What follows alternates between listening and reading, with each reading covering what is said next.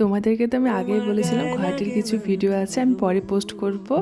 তো যাই হোক, এটা হলো গুয়াহাটির ডে টু ছিল। তো চলো দেখতে থাকো, দিনটা শুরু করা যাক।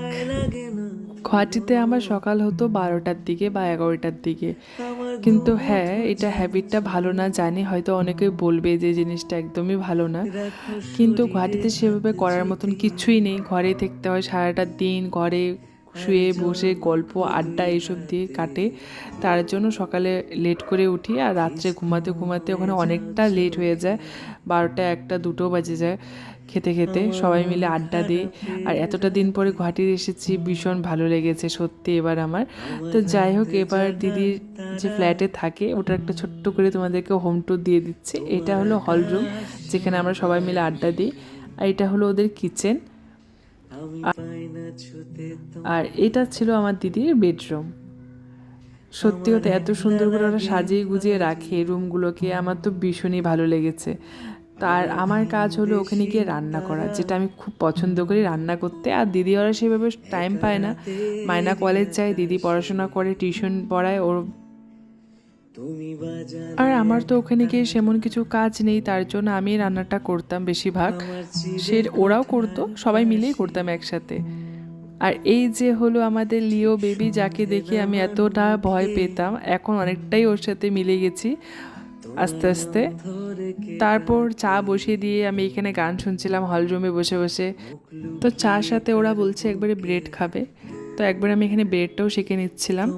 আর আমি যখন গিয়েছিলাম গুয়াহাটিতে, ওই টাইমটা যে এতটা গরম ছিল গুয়াহাটিতে, আমি থাকতে পারছিলাম না। আমাদের এদিকে এতটা গরম নেই, আছে ঠিকই, বাট গুয়াহাটিতে প্রচণ্ড গরম। ওখানে যে মানুষ কীভাবে থাকে ভাই, আমি তো কান ধরে এসেছি, এই গরমে আমি আর গুয়াহাটিতে আসছি না সত্যি।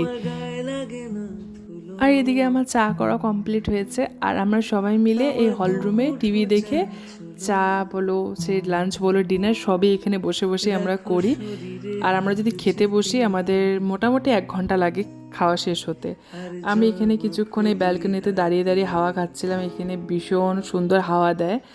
আর এখানে এসে দেখি মায়না আইসক্রিম বানিয়েছে, আর যে কী যে টেস্ট হয়েছিল, ভীষণ টেস্টি, একদম দোকানের মতন ফ্লেভার হয়েছিল। আর ভ্যানিলা ফ্লেভারেরই বানিয়েছিল, ভীষণ টেস্টি হয়েছিল। থ্যাংক ইউ মাইনা, তখনও বলেছি এখনও বললাম, আমার জন্যে স্পেশালি ও বানিয়েছিল জিনিসটা। আর আমি আজকে দুপুরে বানিয়েছিলাম ডিমের কারি। আর রান্না কমপ্লিট করে নিয়ে তারপর আমি কিচেনটাকে অল্প পরিষ্কার করে নিচ্ছিলাম। তারপর এখানে মায়না একটা প্যাক বানিয়েছে, আমাকে বললো যে লাগাও মুখে, তো ওটা লাগিয়ে নিয়েছিলাম। তারপর স্নান টান করে এসে ভাত টাত খেয়ে দিয়েছিলাম একটা ঘুম। তো এটা ঘুম থেকে উঠে সন্ধ্যাবেলা আমরা সবাই মিলে হল রুমে বসে বসে টিভি দেখছিলাম।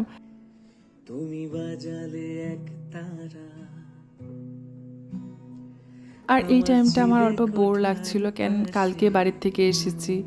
আর বাড়িতে থাকলে এই টাইমে সবাই মিলে গল্প করে আড্ডা দিই, বাট 1-2 দিন তো একটা জায়গায় অ্যাডজাস্ট হতে টাইম লাগে বলো। আর এখানে দেখো আমার দিদি লিওর সাথে খেলছে।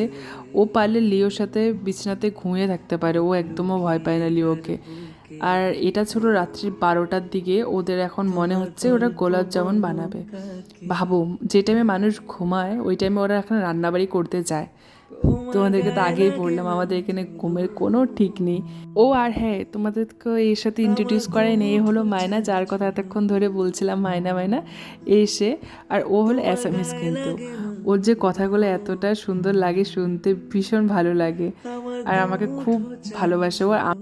ও এতটা মিশুক, মানে আমাদের মতনই সবার সাথে এতটা সুন্দর মিলেমিশে থাকে, বোঝা যায় না যে ও একটা আলাদা কাস্টের মেয়ে, যে এটা ফিলই করিনি কোনোদিন ওর সাথে থেকে। তো যাই হোক, এখানে বাজে রাত্রি, তখন মনে হয় 1টা বাজে যখন ওরা এটা করছিল। তার মাঝে আমরা ভাত খেয়ে নিয়েছি। কী করবো আর বলো, ওদের সাথে থাকলে তো আমারও রাত জেগে থাকতে হবে। ফার্স্ট কয়েকদিন প্রবলেম হয়েছে, তারপরে তো আমারও হ্যাবিট হয়ে গেছে ওদের সাথে থেকে। আর গোলাপ জামুনের ভিডিওটা তো তোমাদের সাথে আমি আগেই শেয়ার করেছি, দেখে নিয়েছো ভিডিওটা। না দেখলে আমার ইউটিউব বা ফেসবুক পেজে দিয়ে আছে ফুল রেসিপিটা, প্লিজ গিয়ে দেখে নিও একবার। হোপসো তোমাদের আজকের আমার ভিডিওটা দেখতে ভালো লেগেছে। তো গুয়াহাটির ভিডিও আরও আসবে। আজকের ভিডিওটা এতটুকুই ছিল। তো টেক কেয়ার, টাটা। আর আমার ফেসবুক থেকে দেখে থাকলে ফলো করে দিও, ইউটিউব থেকে দেখে থাকলে সাবস্ক্রাইব করে দিও।